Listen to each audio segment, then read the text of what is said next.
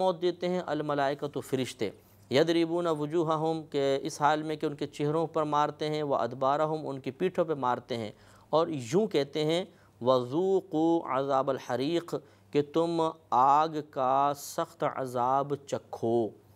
تو یہ آگ کا عذاب بھی دیا جا رہا ہوتا ہے۔ یہ نص صریح ہے اس بات پر کہ کفار و مشرکین کو موت کے وقت انتہائی شدید تکلیف ہوگی، عذاب میں مبتلا ہوں گے۔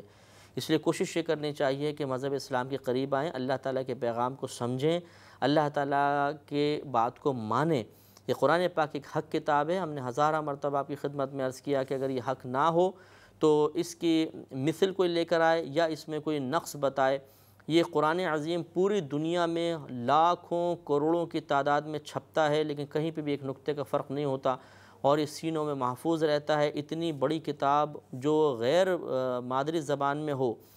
جیسے مثال کے طور پہ کوئی اردو اسپیکنگ ہے تو اس کے لیے تو عربی غیر مادری زبان ہے، اسی طرح جاپان میں اگر کوئی جاپانیز مسلمان ہے اور قرآن پاک اس نے حفظ کیا تو اس کے لیے تو یہ بالکل اجنبی زبان ہے۔ اجنبی سے مراد غیر مادری زبان ہے، اور دوسری زبان کو یاد کرنا، حفظ کرنا بڑا مشکل ہوتا ہے، لیکن اللہ نے اس کے حفظ کو آسان کیا۔ 16 صفحے کا ایک مادری زبان میں لکھا ہوا رسالہ انسان لفظ بلفظ یاد نہیں کر سکتا، لیکن یہ 6666 کم و بیش آیات سینے میں محفوظ ہو جاتی ہیں۔ یہ قرآن کا معجزہ ہے، اللہ تبارک و تعالیٰ کی طرف سے عطا کردہ ایک عظیم انعام ہے۔ لہٰذا قرآن کی حقانیت پر ہزارہ دلائل موجود ہیں جو عقلی طور پہ بھی غور کریں تو انسان کو اٹریکٹ کرتے ہیں اسلام کی طرف، اور مجبور ہو جاتا ہے انسان کے اسلام کو حق مذہب تسلیم کرتے ہوئے قبول کر لے۔ لہٰذا یہ بات بھی پھر حق ہے، اگر کوئی اسلام قبول نہیں کرے گا، ہمارے نبی کریم صلی اللہ علیہ وسلم پر ایمان لے کر نہیں آئے گا، مذہب اسلام کو حق مذہب تسلیم نہیں کرے گا، تو اسے بھی پھر موت کے وقت شدید عذاب میں گرفتار کروایا جائے گا۔ اور ضمناً یہ بات عرض کر دیتا ہوں کہ بعض اوقات آپ یہ دیکھیں گے غیر مسلم ہے، دل پکڑا اور اس کا انتقال ہو گیا، تو ہم تو یہ بظاہر دیکھ کر یہ کہیں گے کہ اس کو تو کوئی تکلیف نہیں ہوئی، خالی دل پکڑا، ہارٹ اٹیک ہوا اور مر گیا، اسے کیا تکلیف ہوئی؟ تو یاد رکھیں کہ اس تھوڑی سی تکلیف میں بھی اللہ تبارک و تعالیٰ یہ تمام عذابات پوشیدہ فرما دے گا۔ مردہ جب مر رہا ہوتا ہے تو وہ اپنی تکلیف کیسے بیان کرے گا؟ اس پہ تو غشی طاری ہوتی ہے، لیکن تمام اذیتیں نص صریح سے ثابت ہیں کہ اس کو یہ عذاب ہو رہا ہوتا ہے۔ یہی وجہ ہے کہ نبی کریم صلی اللہ علیہ وسلم نے ارشاد فرمایا کہ اگر مرنے والا موت کی تکلیف لوگوں کے سامنے بیان کر دے تو لوگ وحشت کی وجہ سے پھر کھانا پینا چھوڑ دیں اور پھر کوئی کام نہ ہو سکے۔ اس لیے اللہ نے بعض باتیں پوشیدہ فرمائی ہیں، اس لیے ہمیں توجہ رکھنی چاہیے۔ اور یہاں پر پھر وہ ضمناً ایک بات دوبارہ عرض کرتا ہوں جو ہم پہلے بھی عرض کر چکے ہیں، نسبت کی بات ہے کہ اللہ تعالیٰ نے فرمایا کہ یاد کرو جب موت دیتے ہیں کافروں کو فرشتے۔ موت دینے والی ذات تو اللہ تبارک و تعالیٰ کی ہے، تو پھر یہ کہنا کہ فرشتے موت دیتے ہیں، کیا معاذ اللہ یہ شرک ہوگا یا نہیں ہوگا؟ اگر خدا نہ خواستہ اس کو شرک تصور کیا جائے تو کیا قرآن پاک شرک کی دعوت دے رہا ہے؟ تو لازم بات ہے کہ کوئی نہ کوئی تعویل تو کرنی پڑے گی، کوئی نہ کوئی اس کی جوازی صورت کو بیان تو کرنا پڑے گا، ورنہ اعتراض اپنے مقام پہ بجا ہے کہ موت تو اللہ دیتا ہے، پھر فرشتے کی طرف نسبت کیوں کر دی کہ فرشتہ موت دیتا ہے؟ تو یقینی سی بات ہے یہاں کوئی صحیح تعویل کی ضرورت ہے، جو انشاءاللہ ہم اگلے پروگرام میں آپ کی خدمت میں کچھ تفصیل کے ساتھ عرض کریں گے، تاکہ ہمارے معاشرے میں پھیلی ہوئی بہت سی غلط فہمیاں دور ہوں اور ہم مسائل کو صحیح طریقے سے سمجھنے میں کامیاب ہو جائیں۔ وآخر دعوانا ان الحمد للہ رب العالمین۔ کتاب انزلناه الیک مبارک لیدبروا آیاته ولیتذکر اولو الالباب۔ الحمدللہ رب العالمین والصلاة والسلام علی سید الانبیاء والمرسلین، اما بعد فاعوذ باللہ من الشیطان الرجیم، بسم اللہ الرحمن الرحیم۔ سورہ انفال کی 50ویں آیت تک کی تفسیر مکمل ہو چکی تھی، لیکن اس میں ایک تھوڑی سی بات پچھلے پروگرام کے آخر میں موضوع بحث تھی کہ اللہ تبارک و تعالیٰ نے فرمایا کہ اذ یتوفی الذین کفروا الملائکہ، کہ یاد کرو کہ جب فرشتے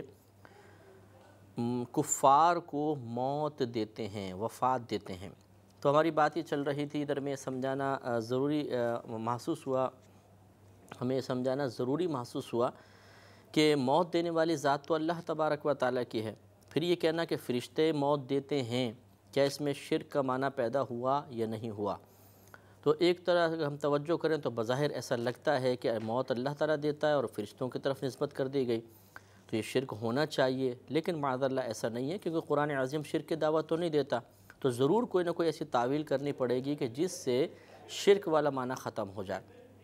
لہٰذا ہم یہ کہیں گے کہ حقیقتاً موت دینے والی ذات تو اللہ تبارک و تعالیٰ کی ہے، لیکن چونکہ فرشتے اس کا ذریعہ اور سبب بنتے ہیں، لہٰذا پہلے آپ کو اصول بتایا تھا کہ فاعل حقیقی کو چھوڑ کر بعض اوقات کسی فعل کی نسبت ذریعے اور سبب کی طرف کر دی جاتی ہے، اور اس میں شرعاً کوئی حرج نہیں۔ فرق بس یہ ہوتا ہے کہ جب فاعل حقیقی کی طرف فعل کی نسبت کریں گے تو یہ نسبت حقیقیہ ہوگی، اور جب آپ ذریعہ اور سبب کی طرف نسبت کریں گے تو اس کو نسبت مجازیہ کہا جاتا ہے۔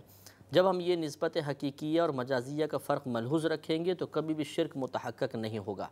اگر اس فرق کو آپ ہٹا دیجئے تو پھر شرک سے بچ کر دکھائیے، پھر قرآن کی عبارات بھی شرکیہ آپ کو نظر آئیں گی معاذ اللہ، اور شرک سے بچنا ممکن نہیں ہوگا۔ لہٰذا شرک اپنے مقام پر شرک ہوتا ہے اور واقعی قابل نفرت ہے، لیکن ہر مقام پہ وہ شرک متحقق نہیں ہوتا۔ تعویل کے ذریعے شرک والے معنی سے بچنا بعض اوقات ضروری بھی ہوتا ہے اور بچانا ضروری ہوتا ہے۔ لہٰذا جس طریقے سے فرشتوں کی طرف موت کی نسبت کر دینے سے شرک ثابت نہیں ہوا، کیونکہ یہاں نسبت مجازیہ مراد لے رہے ہیں، اسی طرح میں نے آپ کو سمجھایا تھا کہ اکابرین کی طرف کسی چیز کو، کسی فعل کو اس نیت کے ساتھ منسوب کرنا کہ یہ نسبت مجازیہ ہے، فاعل حقیقی اللہ تعالیٰ ہے، یہ ہمیں شرک سے بچا لیتا ہے۔ اگر ہم وہاں پر مثال کے طور پہ جیسے میں نے عرض کیا کہ کوئی کہے کہ جی بزرگ کے پاس گئے تھے، ان کی بارگاہ سے شفا حاصل ہو گئی، بعض لوگ اس طرح کہہ دیتے ہیں، یا فلاں بزرگ کے مزار پہ گئے، انہوں نے جی ہمیں اولاد سے نواز دیا، فلاں بزرگ کے پاس گئے تو انہوں نے ہمیں ہمارے کاروبار میں ترقی دے دی، مجھ پہ بڑی آزمائش تھی، بڑی پریشانی تھی، فلاں بزرگ کے پاس گئے، انہوں نے ساری پریشانیاں دور کر دیں۔ تو بعض اوقات یہی وسوسہ پیدا ہوتا ہے کہ یہ تو شرک ہے، کیونکہ اللہ تبارک و تعالیٰ ہی ہماری مشکلیں دور کرنے والا ہے، وہی پریشانیاں دور کرنے والا ہے، وہی بیماریاں دور کرنے والا ہے، کاروبار میں برکت دینے والی پاک ذات وہی ہے، اولاد تو اللہ تعالیٰ دیتا ہے، کوئی کون دے سکتا ہے؟ بالکل صحیح بات ہے، اور اسی پہ مسلمان کا اعتقاد و یقین ہونا چاہیے۔ لیکن کیا ہم اس قسم کے جملے کہنے والے کو فوراً مشرک کہہ سکتے ہیں؟ نہیں، بلکہ ہمیں اس سے پوچھنا ہوگا حکم لگانے سے پہلے کہ آپ یہ جو کہہ رہے ہیں کہ اس بزرگ نے مجھے شفا دے دی ہے، بزرگ نے مجھے اولاد سے نواز دیا، اس بزرگ نے میری مشکل کو دور کر دیا، تو کیا اس کو آپ فاعل حقیقی سمجھ کر کہہ رہے ہیں یا فاعل حقیقی اللہ کو سمجھتے ہیں اور ان کو سبب و ذریعہ سمجھ رہے ہیں؟ اگر وہ کہے کہ نہیں، فاعل حقیقی اللہ تعالیٰ ہے، اولاد میرا رب ہی دیتا ہے، رزق اللہ عطا فرماتا ہے، شفا دینے والی ذات اللہ کی ہے، لیکن اللہ کی عادت کریمہ ہے کہ دنیا میں کسی کو وسیلہ و ذریعہ بناتا ہے، اور میرا اس بزرگ کی طرف نسبت کرنا دراصل ان معنی میں ہے کہ میں نے بزرگ کی خدمت میں ریکویسٹ کی، انہوں نے میرے لیے دعا کی اور اللہ نے ان کی دعا کو قبول کرتے ہوئے مجھے نواز سے نوازا یا پریشانیوں سے بچایا، تو میں ان کی طرف نسبت مجازیہ کر رہا ہوں، انہیں فقط ایک ذریعہ اور سبب سمجھتا ہوں، حقیقتاً کام کرنے والی ذات میرے رب کی ہے۔ تو جس طریقے سے اس مقام پہ ہم شرک کو دور کر رہے ہیں، اسی طرح ہم اس مقام پہ بھی شرک سے بچ جائیں گے۔ اگر کسی جاہل کا یہی خیال ہو معاذ اللہ کہ اللہ تعالیٰ کرے نہ کرے، یہ سامنے جو بزرگ شخصیت ہے یہ میری بیماری کو دور کر دے گی، چاہے اللہ نے عطا کیا، اللہ تعالیٰ چاہے نہ چاہے، اللہ تعالیٰ کی عطا کے بغیر یہ مجھے شفا دینے پہ قادر ہیں، اولاد دینے پر قادر ہیں، معاذ اللہ، تو وہ کفر شرک سے ہرگز نہیں بچ سکتا، یہ مشرک ہے، قطعی طور پہ جہنمی ہے، ہمیشہ ہمیشہ جہنم میں جلے گا۔ اور اگر یہ عقیدہ ہو کہ نہیں، فاعل حقیقی اللہ تعالیٰ ہے، لیکن اس کی عادت کریمہ ہے کہ وہ دنیا میں اسباب مقرر فرماتا ہے، اور یہ بزرگ بھی ایک سبب ہیں، ایک ذریعہ ہیں، اور ان کے سبب اور ذریعہ بننے کا انداز یہ ہے، طریقہ یہ ہے کہ یہ میرے لیے دعا کریں گے اور اللہ تعالیٰ ان کی دعا کی برکت سے مجھے عطا فرما دے گا، تو اس میں پھر کوئی شرعاً حرج نہیں ہوتا، کیونکہ صحابہ کرام سے بھی ثابت ہے کہ کثیر معاملات میں نبی کریم صلی اللہ علیہ وسلم کی بارگاہ میں حاضر ہو کر دعا کے طالب ہوئے تھے، ان کی ریکویسٹ کو قبول کرتے ہوئے نبی کریم صلی اللہ علیہ وسلم نے باقاعدہ دعا فرمائی تھی، وہ دعا مقبول ہوئی تھی، اللہ کی طرف سے کوئی اعتراض، کوئی وحی نازل نہیں ہوئی مذمت پر، اور اللہ تعالیٰ نے باقاعدہ ان کو انعام بھی عطا فرمائے۔ لہٰذا وسیلہ و ذریعہ ایک الگ چیز ہوتی ہے، اور کسی کو معاذ اللہ فاعل حقیقی تصور کر لینا اللہ کو چھوڑ کر یہ ایک الگ مسئلہ ہوتا ہے۔ اسی طرح فاعل حقیقی اور فاعل غیر حقیقی نسبت حقیقیہ، نسبت مجازیہ، ان کے فرق کو ہمیشہ ملحوظ رکھیے تو ہزارہ معاملات میں خود بھی شرک سے محفوظ رہیں گے اور دوسرے کو کے بارے میں بھی بدگمانی یا غلط فہمی سے محفوظ رہا جائے گا اور احکام کو صحیح طریقے سے سمجھنے کی توفیق حاصل ہوگی۔ آگے ارشاد فرمایا کہ یہ جو ان کفار کو یہ جو عذابات ہو رہے ہیں، ان کے ساتھ موت کے وقت یہ سخت معاملہ کیا جا رہا ہے، کیوں؟ اس کو بیان کرتے ہوئے ارشاد فرمایا ذالک بما قدمت ایدیکم، یہ اس سبب سے ہے جو ان کے ہاتھوں نے آگے بھیجا، جو ان کے کرتوت تھے، جو کارنامے تھے، جو ان کے اعمال و افعال تھے، ان کے مطابق ان کے ساتھ تمہیدی طور پہ کام شروع ہو گیا۔ یہ تو آخرت کے عذاب کی ایک تمہید ہے۔ جب یہ مرنے کے بعد قبر میں پہنچیں گے، اگر قبر میں نہیں بھی پہنچے تو عالم برزخ میں پہنچیں گے، یعنی مرنے کے بعد سے لے کر اور قیامت کے دن اٹھنے تک جو درمیان کا عرصہ ہوتا ہے اس کو عالم برزخ کہتے ہیں، اور یہی ہمارے لیے قبر ہوتی ہے، اسی کو قبر بھی کہا جاتا ہے۔ یعنی یہ مقام قبر کہلاتا ہے اور اتنا جو پورا ٹائم پیریڈ ہے اس کو عالم برزخ سے تعبیر کرتے ہیں۔ اور قبر یاد رکھیے گڑھے کا نام نہیں ہوتا، بلکہ قبر عالم برزخ میں جس مقام پر ہم ہوں گے اس کا نام قبر ہے۔ چاہے ہمیں شیر کھا گیا، مثلا شیر کے پیٹ میں، یہ ہمارے لیے قبر ہے۔ ہمیں جلا دیا گیا، ہماری راکھ کو ہوا میں اڑا دیا گیا، تو جس مقام پہ ہماری پوری راکھ جا کے جمع ہوئی ہے یا ذرات اس کے پہنچے، وہ تمام مقامات ہمارے لیے قبر ہیں۔ اسی طرح کوئی پانی میں ڈوب کر مر گیا تو پانی میں ڈوب کے جہاں اس کی لاش پہنچی وہ قبر ہے۔ اگر ہمیں مچھلیاں کھا گئیں پانی کے اندر، کچھ یہاں کھا گئیں کچھ وہاں کھا گئے، ہر اس کے جس کے ہم پیٹ میں پہنچے وہ ہمارے لیے قبر ہے۔ تو بظاہر تو ایسا لگتا ہے کہ مثلا مچھلیاں کھا گئیں ایک مردے کو تو اس کا گوشت ان کے پیٹ میں پہنچا، پھر پیٹ سے جزو بدن بن گیا، کچھ فضلہ بن کے نکلا اور وہ پانی کے اندر تحلیل ہو گیا، اور چیزوں نے جو گندگی کھاتی ہیں کھا لیا، بظاہر ذرہ ذرہ علیحدہ ہو گیا۔ لیکن جو مردہ ہے وہ باقاعدہ اپنے آپ کو مجتمع محسوس کرے گا اور اسے پہ باقاعدہ عذاب نازل ہو رہا ہوگا، تو عذاب محسوس کر رہا ہوگا، اور جس چیز نے ہمیں کھایا اس کو کوئی تکلیف نہیں ہو رہی ہوگی۔ بالکل اس طریقے سے جیسے ہم سو رہے ہوتے ہیں تو خواب میں کوئی ہم منظر دیکھ رہے ہوتے ہیں، مثلا ایکسیڈنٹ ہوا، گاڑی کچل کے چلی گئی، تو باقاعدہ اذیت محسوس ہو رہی ہوتی ہے، تکلیف محسوس ہو رہی ہوتی ہے۔ اگر کوئی ٹینشن والا ہم نے خواب دیکھا ہے تو ٹینشن خواب میں محسوس ہو رہا ہوتا ہے، لیکن آنکھ کھلتی ہے تو کچھ بھی نہیں۔ تو جس وقت ہم خواب دیکھ رہے ہوتے ہیں اس وقت اگر کوئی برابر میں شخص بیٹھا ہو تو اسے ہماری کیفیت کا کوئی بھی اندازہ نہیں ہوتا، لیکن ہم محسوس کر رہے ہوتے ہیں۔ بالکل اسی طریقے سے جو شخص عذاب میں مبتلا ہے، اگر وہ ہمارے سامنے بھی پڑا ہو، قبر میں بظاہر گڑھے کے اندر پڑا ہو اور عذاب ہو رہا ہے تو ہمیں محسوس نہیں ہوگا، لیکن وہ محسوس کر رہا ہوگا۔ اس لیے یہ تو مطلب موت کے فرشتوں کا عذاب دینا، یہ تو اخروی عذاب کی ایک تمہید ہے، ابتدا ہے۔ اس کے بعد پھر مرنے کے بعد عذاب قیامت تک ہوتا رہے گا، پھر میدان محشر کا عذاب، اور پھر کفار و مشرکین کی تو بخشش کا کوئی ذریعہ ہے ہی نہیں، پھر وہ ہمیشہ ہمیشہ کے لیے جہنم میں جلیں گے۔ اس سے معلوم ہوا کہ جب اللہ تبارک و تعالی نے ہدایت اور گمراہی کے اسباب مہیا فرمائے، گمراہی کے اسباب اس لیے پیدا فرمائے تاکہ ہمیں آزمائے، اور ہدایت کے اسباب اس لیے دیے تاکہ ہم اس کو اختیار کریں۔ اب جو اس آزمائش پہ پورا اترا، اس نے گناہوں کے اور گمراہی کے اسباب کو چھوڑتا ہے اور ہدایت کے اسباب کو اختیار کرتا ہے، تو گویا آزمائش میں پورا اتر گیا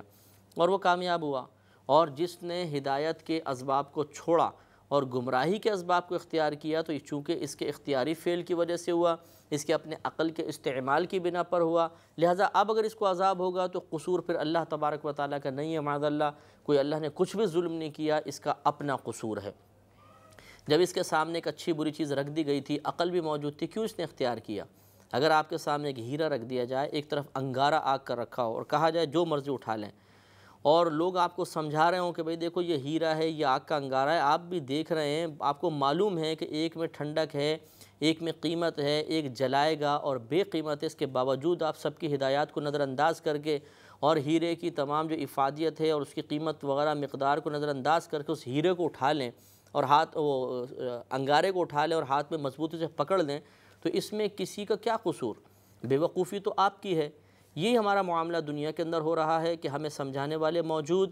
ہدایت کے اسباب سامنے موجود، ہدایت کے ہیرے ہمارے سامنے موجود، لیکن ہم گناہوں کے انگارے اور جہنم کی آگ کے انگاروں کو قبول کر رہے ہیں اور سمجھانے والوں کو بے وقوف سمجھ رہے ہیں اور ان چیزوں کو اختیار کیا جا رہا ہے۔ تو اس میں پھر اللہ کا کوئی قصور نہیں ہے، اللہ کا کوئی ظلم نہیں ہے، بلکہ یہ ہمارا اپنا قصور ہے کہ ہم اپنے لیے آگے ایسے اعمال بھیج رہے ہیں جو ہمارے لیے گرفت کا سبب بنیں گے۔ اسی لیے اللہ نے ارشاد فرمایا ذالک بما قدمت ایدیکم، یہ تو تمام عذابات ہیں اس سبب سے جو تمہارے ہاتھوں نے آگے بھیجا، وَأَنَّ اللَّهَ لَيْسَ بِظَلَّامٍ لِّلْعَبِيدِ، اور بے شک اللہ تبارک و تعالیٰ اپنے بندوں پر بالکل ظلم کرنے والا نہیں ہے، وہ کوئی ظلم نہیں کرتا۔ اصل تو آپ ہی کا قصور ہے، جب تمام چیزیں آپ کو دے دی، سمجھا بھی دیا گیا، اس کے باوجود ذی عقل ہونے کے باوجود، ذی شعور ہونے کے باوجود، عاقل و بالغ ہونے کے باوجود آپ نے غلط کام کو اختیار کیا تو پھر سزا بھی بھگتیں گے۔ كَدَابِ آلِ فِرْعَوْنَ وَالَّذِينَ مِن قَبْلِهِمْ، یہ کہتے ہیں کہ یہ جو کفار کی عادت ہے یہ آل فرعون کی اور ان کی جو ان سے بھی پہلے گزر چکے انہی کی عادت کی مثل ہے، کہ جس طرح فرعون کو ہدایت کے اسباب مہیا کیے گئے، بے شمار معجزات اس نے دیکھے، اسی طرح جو پچھلی ان سے پہلے فرعونیوں سے پہلے قومیں گزریں کہ جن کے پاس انبیاء علیہ السلام آئے، باقاعدہ معجزات دکھائے، باقاعدہ انہیں مطلب اللہ تبارک و تعالیٰ کا پیغام سنایا گیا، انہوں نے نبیوں کو اپنی آنکھوں سے دیکھا، لیکن اس کے باوجود انہوں نے ہدایت قبول نہیں کی، ان کفار و مشرکین کی عادت بھی انہی کی مثل ہے۔ کفروا بآیات اللہ، انہوں نے اللہ تبارک و تعالیٰ کی آیات کا انکار کیا، فأخذهم اللہ بذنوبہم، تو اللہ تبارک و تعالیٰ نے انہیں ان کے گناہوں کی وجہ سے پکڑ لیا، گرفت فرمائی۔ ان اللہ قوی شدید العقاب، بے شک اللہ تبارک و تعالیٰ قوت والا اور سخت عذاب والا ہے۔ تو فأخذهم اللہ بذنوبہم، تو اللہ تبارک و تعالیٰ نے انہیں ان کے گناہوں کی وجہ سے پکڑ لیا۔ ان کا سب سے بڑا گناہ یہ تھا کہ وہ اللہ پر ایمان لے کر نہیں آئے۔ یہ تمام گناہوں میں بڑا گناہ ہے کفر اور شرک میں مبتلا رہنا۔ تو معلوم یہ ہوا کہ اللہ تبارک و تعالیٰ کو گناہ شدید ناپسند ہیں اور اللہ تعالیٰ اس پر گریف فرماتا ہے۔ جیسے جیسے گناہ کا درجہ بلند ہوگا اللہ تعالیٰ کے غضب میں اضافہ اور اس کی گرفت میں بھی اضافہ ہوگا، لیکن یہ گرفت ضروری نہیں کہ فوری طور پر ہو جائے، کبھی اللہ تعالیٰ ڈھیل دیتا ہے، جیسے ہم نے پیچھے قرآن کی بے شمار آیات ایسی دیکھی کہ اللہ تعالیٰ ڈھیل دیتا رہتا ہے اور نعمتوں کی فراوانی جاری رکھتا ہے، لیکن پھر جب ایک وقت آ جاتا ہے کہ اس بندے کی گرفت کا وقت آتا ہے تو پھر اللہ تعالیٰ چھوڑتا نہیں، پھر شدید گرفت فرماتا ہے۔ لہٰذا ہر شخص کو چاہیے کہ اپنے بارے میں غور کرے، اگر وہ غیر مسلم ہے، اسلام کی سعادت اس کو حاصل نہیں ہوئی، وہ بھی ٹھنڈے دل سے تفکر کرے، اور مسلمان اس پہلو سے غور و تفکر کرے کہ میں نے ایمان حاصل کرنے کی سعادت تو حاصل کر لی،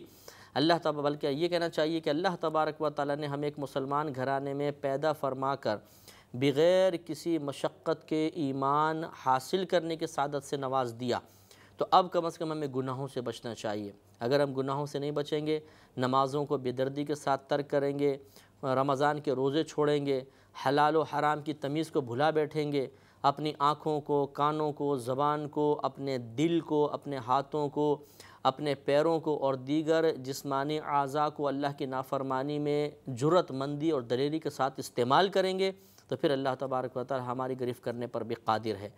ہم اس خوش فہمی میں مبتلا ہوتے ہیں کہ جی اللہ تعالی ہماری بخشش فرما دے گا، ہمیں کچھ نہیں کہے گا۔ کیوں؟ دوسرے کے بارے میں تو آپ یہ حسن ظن قائم نہیں رکھتے ہیں، دوسرے کے تو تھوڑی سی چیز دیکھ کر کہتے ہیں کہ یہ تو کمبخت جہنم میں جائے گا، دیکھو گناہ نہیں چھوڑ رہا، فلاں کو دیکھو رشوت خور ہے، جہنم میں جائے گا۔ تو دوسرے کی آنکھ کا تنکا ہمیں نظر آ جاتا ہے، اپنی آنکھ کا شہتیر بھی نظر نہیں آتا۔ یہ وہی ہے، شیطان کا یہ کارنامہ ہے، جیسے پیچھے ہماری آیت گزری کہ شیطان نے ان کفار کو ان کے اعمال کو مزین کر کے دکھایا، تو ادھر بھی ایسا ہی ہوتا ہے کہ شیطان نے ہمارے اعمال کو مزین کر کے ہمارے قلوب میں راسخ کر دیا، ان کے تزیین اور عائش کو دیکھ کر، ان کی لذات کو دیکھ کر ہم گناہ چھوڑنے کے لیے تیار نہیں ہوتے، اور شیطان ہمیں مروا دے گا، اور پھر ہم جب ہوش میں آئیں گے تو اس وقت پھر واپسی کا کوئی راستہ موجود نہیں ہوگا۔ لہٰذا اللہ تبارک و تعالیٰ کی نافرمانی میں لذات حاصل کرنے کے بجائے اللہ تعالیٰ کی فرما برداری کی راہ میں آنے والی مشقت کو برداشت کر لینا چاہیے۔ یہ ایک انسانی عقل کا بھی تقاضا ہے، ایک صحیح الفطرت جو طبیعت ہے یا طبیعت سلیمہ یہی فیصلہ کرے گی کہ اگر کوئی کسی کام میں مشقت ہو لیکن انعام بہت بڑا ہو تو انعام پہ نظر رکھے، مشقت کو فراموش کر دے۔ جیسے کوئی نوکری ایسی نہیں ہے، کوئی کاروبار ایسا نہیں ہے جس میں مشقت کرنے کے بعد انعام نہ ملے، لیکن انعام پروفٹ اگر زیادہ ہوتا ہے تو انسان اس مشقت کو فراموش کر دیتا ہے۔ یہی معاملہ یہاں پر ہے۔ بہرحال اللہ تعالیٰ ہماری بھی گرفت کر سکتا ہے، اس خوش فہمی میں مبتلا رہنا کہ نہیں شاید مجھے کچھ نہیں کہے گا، اللہ تعالیٰ مجھے چھوڑ دے گا، میں جتنی مرضی نافرمانی کروں، جتنا اپنی مرضی کے مطابق زندگی کو گزاروں، جتنا دین اسلام کی تعلیمات کو اپنی مرضی کے مطابق ٹیڑھا میڑھا کر کے استعمال کروں، جتنا اسلام کی پابندیاں ہیں انہیں جتنے مرضی کو چھوڑوں، جتنے مرضی کو جتنی تعداد کو اپنی مرضی کے مطابق اختیار کروں، یہ میری مرضی اور اللہ تعالیٰ اس پہ مجھے کچھ بھی نہ کہے گا، اور اللہ تعالیٰ مجھ سے درگزر کا ہی معاملہ کرے گا، اور اللہ تبارک و تعالیٰ پھر میری مرضی کے مطابق مجھے نتیجہ بھی ضرور فراہم کرے گا۔ یہ سب کے سب خوش فہمیاں ہیں، ایک ایسا خواب ہے جس کی شاید تعبیر ہماری مرضی کے مطابق نہ نکلے۔ اسی لیے حضرت علی رضی اللہ تعالیٰ عنہ کبھی کبھی فرمایا کرتے تھے کہ دنیا کے تمام لوگ سو رہے ہیں، یہ جاگیں گے اس وقت جب انہیں موت آئے گی، تو کاش ہم موت سے پہلے پہلے جاگیں۔ آگے ارشاد فرمایا کہ ذالک بأن اللہ لم یکن مغیرا نعمتا انعمها علی قوم، یہ اس سبب سے ہے کہ بے شک اللہ تبارک و تعالی کسی قوم کی وہ نعمت جو اس نے انہیں عطا فرمائی تبدیل کرنے والا نہیں ہے، حتی یغیروا ما بانفسہم، یہاں تک کہ جب وہ خود نہ بدل جائیں۔ مطلب کیا ہے کہ اللہ تبارک و تعالیٰ اگر کسی کو کوئی نعمت عطا فرماتا ہے تو پھر وہ اللہ تعالیٰ خود اس سے نعمت نہیں چھینتا، اس میں تبدیلی پیدا نہیں فرماتا جب تک کہ خود قوم ہی نہ بدل جائے۔ مثال کے طور پہ جب اللہ تبارک و تعالیٰ کسی کو کوئی نعمت عطا فرماتا ہے تو پھر وہ نعمت کا جب صحیح استعمال نہیں کرتے، نعمت کو غلط یوز کرتے ہیں اور اللہ تبارک و تعالیٰ انہیں سزا دیتا ہے اور ان سے نعمت چھینتا ہے، تو حقیقتاً پھر نعمت اللہ تعالیٰ چھین نہیں رہا بلکہ وہ خود اپنے آپ کو یہ ثابت کر چکے ہیں کہ ہم اس نعمت کے مستحق نہیں تھے۔ تو دنیا کے اندر بعض اوقات اللہ تعالیٰ کسی کو بہت ہی زیادہ آسائشوں سے نوازتا ہے، انعامات سے نوازتا ہے، اسے بہت مال و دولت، عزت و شہرت عطا فرماتا ہے، لیکن جب وہ باز نہیں آتا تو اللہ تعالیٰ اس کی غریب فرماتا ہے اور اس سے وہ نعمت چھین کر کسی اور کو عطا فرما دیتا ہے۔ لہٰذا ہمیں کوشش یہ کرنی چاہیے کہ خود اپنی حالت کو بدلیں اور اپنی حالت کو بدل کر اپنے آپ کو اللہ تعالیٰ کے انعامات جو اس نے عطا کیے ان کا مستحق، صحیح مستحق قرار دیں اور یہ ثابت کریں کہ اللہ تعالیٰ نے جو ہمیں عطا فرمایا بالکل درست عطا فرمایا، اور ہمیں مطلب ویسے تو اللہ نے تو درست ہی عطا فرمایا، لیکن ہم اپنے عمل سے بھی یہ ثابت کریں کہ ہاں اللہ تعالیٰ نے جو ہمیں عطا کیا، اس نے کرم نوازی فرمائی، میں واقعی اس کا مستحق بھی تھا۔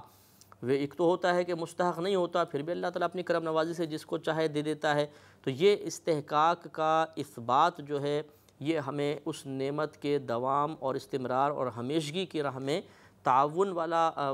ہمیں محسوس ہوگا اور وہ تعاون کرے گا، اور انشاءاللہ پھر اللہ تعالیٰ ہم سے وہ نعمت چھینے گا نہیں۔ وَأَنَّ اللَّهَ سَمِيعٌ عَلِيمٌ، اور بے شک اللہ تعالیٰ سننے والا، جاننے والا ہے۔ یہاں پھر اسی بات کو اللہ نے دوبارہ ذکر فرمایا، كَدَأْبِ آلِ فِرْعَوْنَ وَالَّذِينَ مِن قَبْلِهِمْ، کہ ان کفار و مشرکین کی عادت آل فرعون اور ان لوگوں کی مثل ہے جو اس سے پہلے گزر چکے ہیں۔ كَذَّبُوا بِآيَاتِ رَبِّهِمْ، انہوں نے اپنے رب کی آیات کو جھٹلایا، فَأَهْلَكْنَاهُمْ بِذُنُوبِهِمْ، تو ہم نے انہیں ان کے گناہوں کی وجہ سے ہلاک کر دیا، وَأَغْرَقْنَا آلَ فِرْعَوْنَ، اور ہم نے فرعون والوں کو غرق کر دیا، وَكُلٌّ كَانُوا ظَالِمِينَ، اور یہ تمام کے تمام ظلم کرنے والے تھے۔ وآخر دعوانا ان الحمد للہ رب العالمین۔ كتاب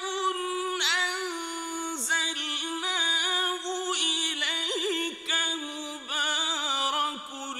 ليدبروا آياته وليتذكر أولو الألباب۔ الحمد للہ رب العالمین والصلاة والسلام علی سید الانبیاء والمرسلین، اما بعد فاعوذ باللہ من الشیطان الرجیم، بسم اللہ الرحمن الرحیم۔ سورہ انفال کی 54 آیات کی تفسیر ہو چکی ہے۔ اس سے آگے اللہ نے ارشاد فرمایا کہ اِنَّ شَرَّ الدَّوَابِّ عِندَ اللَّهِ الَّذِينَ كَفَرُوا، بے شک جانوروں میں سے سب سے شریر ترین یا بدترین اللہ تعالیٰ کے نزدیک وہ ہیں جو کافر ہوئے، فَهُمْ لَا يُؤْمِنُونَ، پس وہ ایمان نہیں لاتے ہیں۔ یہ آیت اصل میں بنی قریظہ کے یہودیوں کے حق میں نازل ہوئی۔ یہ مدینہ منورہ میں ایک قبیلہ تھا۔ جب نبی کریم صلی اللہ علیہ وسلم ہجرت فرما کے یہاں تشریف لائے تو انہوں نے ایک معاہدہ کیا تھا کہ ہم مسلمانوں کے خلاف کفار کی مدد نہیں کریں گے، لیکن پھر انہوں نے کفار و مشرکین کو ہتھیار وغیرہ فراہم کیا اور اس طرح وعدہ توڑ دیا، اور جب ان کے اوپر سختی کی گئی تو پھر انہوں نے معذرت وغیرہ کی، معافی مانگی اور پھر وعدہ کیا، اور اس کے بعد پھر وعدہ توڑ دیا تھا تو ان کو جلا وطن وغیرہ کیا گیا اور کچھ کو مارا گیا۔ تو یہ چونکہ بار بار وعدہ خلافی کرتے تھے، آگے اسی کا اللہ نے خود ذکر بھی صراحتاً فرمایا ہے، اور نبی کریم صلی اللہ علیہ وسلم پر ایمان نہیں لاتے تھے، تو اللہ تعالیٰ نے فرمایا کہ بے شک جانوروں میں سے سب سے بدترین اللہ کے نزدیک وہ ہیں جو کافر ہوئے۔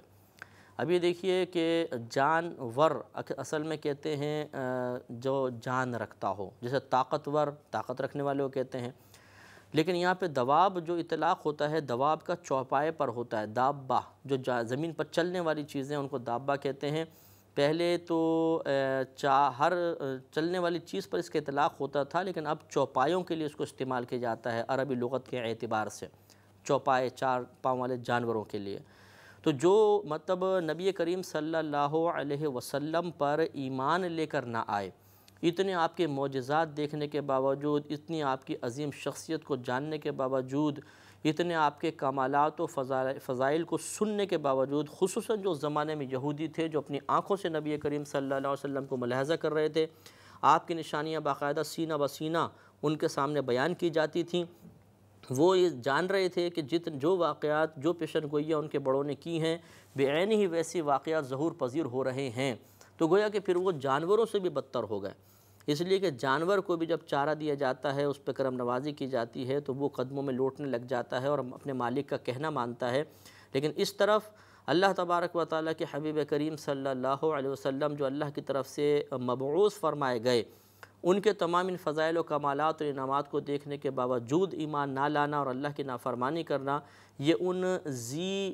غیر ذوی العقول جو جانور ہیں ان سے بھی بدتر کام ہوگا کہ وہ تو پھر بھی اطاعت کی طرف مائل ہوتے ہیں، یہ مائل نہیں ہو رہے۔ اس لیے اللہ نے ان کو جانوروں میں سے بدترین قرار دیا۔ اس سے معلوم ہوا کہ جو اللہ اس کے رسول پر ایمان لے کر نہ آئے اس کے لیے سخت الفاظ استعمال کرنا جبکہ باعث فتنہ نہ ہوں تو اس میں کوئی حرج نہیں ہے، اور یہ سنت الہیہ ہے۔ تو بے شک جانوروں سے بدترین اللہ تعالیٰ کے نزدیک وہ ہیں جو کافر ہوئے، فہم لا یؤمنون، پس وہ ایمان نہیں لاتے ہیں۔ الذین، وہ جو عاہدت منہم، جنہوں نے آپ سے ان میں سے جنہوں نے آپ سے عہد کیا، ثم ینقضون عہدہم، پھر انہوں نے اپنے وعدے کو توڑ دیا، فی کل مرتین، ہر مرتبہ، وہم لا یتقون، اور وہ ڈرتے نہیں ہیں، یعنی اللہ کے عذاب سے، اللہ کے خوف سے، اللہ تعالیٰ کی گرفت سے وہ نہیں ڈرتے ہیں۔ فَإِمَّا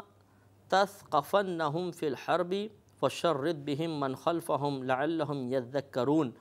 تو اگر تم انہیں کہیں لڑائی میں پاؤ، جنگ میں تمہارا سامنا ہو جائے تو انہیں ایسا قتل کرو کہ جس سے اس کے پیچھے رہ جانے والوں کو بھگا دو،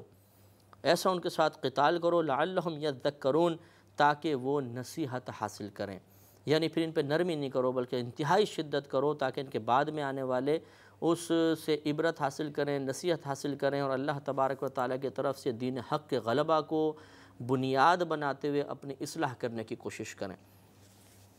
وَإِمَّا تَخَافَنَّ مِنْ قَوْمٍ خِيَانَةً، اور اگر تمہیں کسی قوم سے خیانت یا دغا بازی کا اندیشہ ہو، فَانبِذْ إِلَيْهِمْ عَلَى سَوَاءٍ، تو ان کا عہد ان کی طرف برابری کے طریقے پر پھینک دو، یعنی اگر تم محسوس کرو کہ کوئی تم سے جس نے وعدہ کیا ہے، عہد کیا ہے، جیسے کہ بنو قریظہ کے ساتھ مسلمانوں کا وعدہ تھا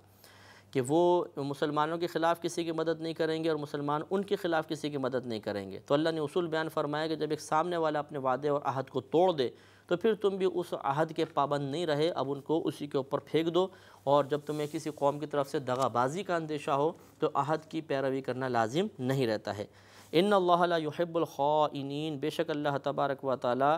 خیانت کرنے والوں کو، دغا بازی کرنے والوں کو محبوب نہیں رکھتا۔ تو ایک تو دغا بازی کی صورت یہ بیان فرمائی کہ کیا ہوا وعدے کو توڑ دینا، یہ دغا بازی ہے، خیانت ہے، اور اگر ہم اس کا مطلقاً معنی لے لیں ان اللہ لا يحب الخائنین، تو جہاں جہاں کوئی خیانت کا مرتکب ہوگا اللہ تبارک و تعالیٰ اس کو ناپسند فرماتا ہے۔ اور پچھلے کئی پروگراموں میں ہم نے آپ کو خیانت کی بہت سی صورتیں بتائی تھیں کہ مثال کے طور پر کسی نے ہمارے پاس کچھ مال رکھوایا، اگر ہم اس میں بیجا تصرف کے مرتکب ہوئے، یہ بھی خیانت ہوتی ہے۔ اسی طرح مسجد کے اندر جو چندہ وغیرہ جمع ہوتا ہے، یہ ہماری بیچاری کمیٹیاں جو ہوتی ہیں مسجد کی، معذرت کے ساتھ کوئی سن رہا ہو تو ناراض بھی نہ ہو، بلکہ ٹھنڈے دل سے اس پہ غور و تفکر کرنا چاہیے کہ ہماری مساجد کی کمیٹی میں بھی اہل علم حضرات بہت ہی کم ہوتے ہیں۔ ہوتا یہ ہے کہ کوئی صاحب ریٹائر ہوئے، وہ بابا ہو گئے، اب کوئی اور کام تو ہے نہیں، بولتے ہیں جو کوئی کام ہے نہیں تو آئیے جی مسجد کی کمیٹی میں داخل ہو جائیے، وہ مسجد کی کمیٹی میں آ جاتے ہیں۔ اور پھر چندے کا، مسجد کے جو وقف شدہ مال ہوتا ہے اس کا بیجا استعمال اپنی کم علمی کی بنا پر اور وقف کے بارے میں مکمل مسائل معلوم نہ ہونے کی بنا پر اتنی بے دردی کے ساتھ ہوتا ہے کہ ثواب کے بجائے آخرت کا وبال سر پر جمع ہو جاتا ہے۔ اور ان اللہ لا یحب الخائنین، اللہ تعالیٰ خیانت کرنے والوں کو محبوب نہیں رکھتا۔ ایک خیانت ہوتی ہے جان بوجھ کر اور چلاکی سے کچھ مال دبانا، اور ایک ہوتی ہے لا علمی اور جہالت کے اندر، یہ دونوں برابر ہیں۔ ایک خیانت باقاعدہ ارادتاً قصداً مال دباتا ہے اور چپکے سے مطلب کرتا ہے معاملہ، چھپاتا ہے مال کو، اور ایک ہے کہ بے دردی کے ساتھ مال خرچ کر رہا ہے، اسے خود نہیں پتہ کہ میں اس مال کو غلط استعمال کر رہا ہوں۔ خائن یہ بھی ہے کیونکہ یہ اپنی جہالت اور کم علمی کی بنا پر مال کو غلط خرچ کر رہا ہے، تو یہ بھی اسی میں شامل ہوں گے۔ اسی طرح جو گری پڑی چیزیں ہوتی ہیں یہ ہمارے پاس امانت ہوتی ہیں، اگر ہم نے شرعی تقاضے کے مطابق اس کو پہلے اس کا اعلان نہیں کیا اور مالک کا انتظار نہیں کیا اور ویسے اس کو استعمال کر لیا تو یہ بھی اسی میں شامل ہوگا کہ مطلب ایسا شخص جو ہے وہ خیانت کا مرتکب ہوگا۔ یوں ہی مطلب جو مشورہ ہم کسی سے مشورہ طلب کریں تو اس شخص کو چاہیے کہ ہم سے کوئی مشورہ طلب کرے تو ہمیں چاہیے کہ صحیح مشورہ دیں، غلط مشورہ نہ دیں، ورنہ یہ بھی خیانت میں شمار ہو سکتا ہے۔ اسی طریقے سے جو آفیسز، فیکٹریز وغیرہ کے اندر کام کے اوقات ہوتے ہیں، اس میں اگر ہم نے پورا وقت نہیں دیا تو یہ بھی امانت میں خیانت ہوتی ہے، کیونکہ وہاں پہ امانت ہمارے پاس وہاں پر یہ ہے کہ ہم مکمل اپنے صلاحیت کو اور اس وقت کو ان کو دیں، اس میں سے کچھ نکالیں گے تو یہ خیانت ہوگی، اور اللہ تعالیٰ خیانت کرنے والوں کو محبوب نہیں رکھتا۔